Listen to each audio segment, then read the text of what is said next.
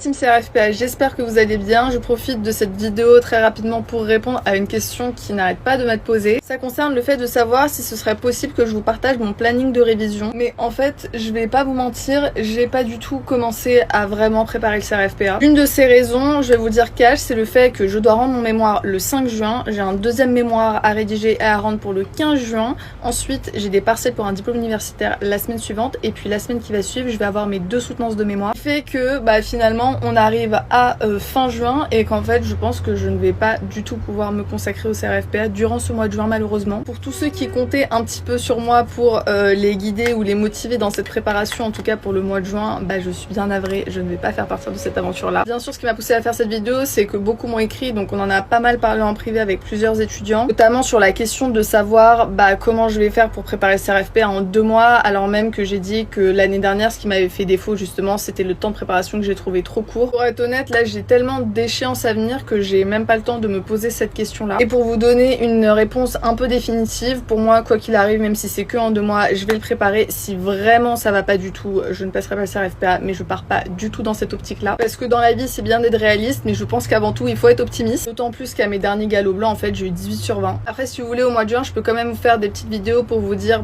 quelles sont les erreurs à éviter, qu'est-ce que par exemple j'ai fait l'année précédente que je vous conseille de ne pas reproduire, quelles sont également les problématiques auxquelles se sont confrontés d'autres étudiants avec moi qui l'ont pas eu alors que ce sont des étudiants qui sont extrêmement brillants. Ça peut se faire, mais voilà, en tout cas si c'est des vidéos vraiment de travail et de motivation que vous voulez sur le CRFPA, et voilà, il n'y en aura pas parce que là les priorités font que je dois prioriser mes diplômes en cours.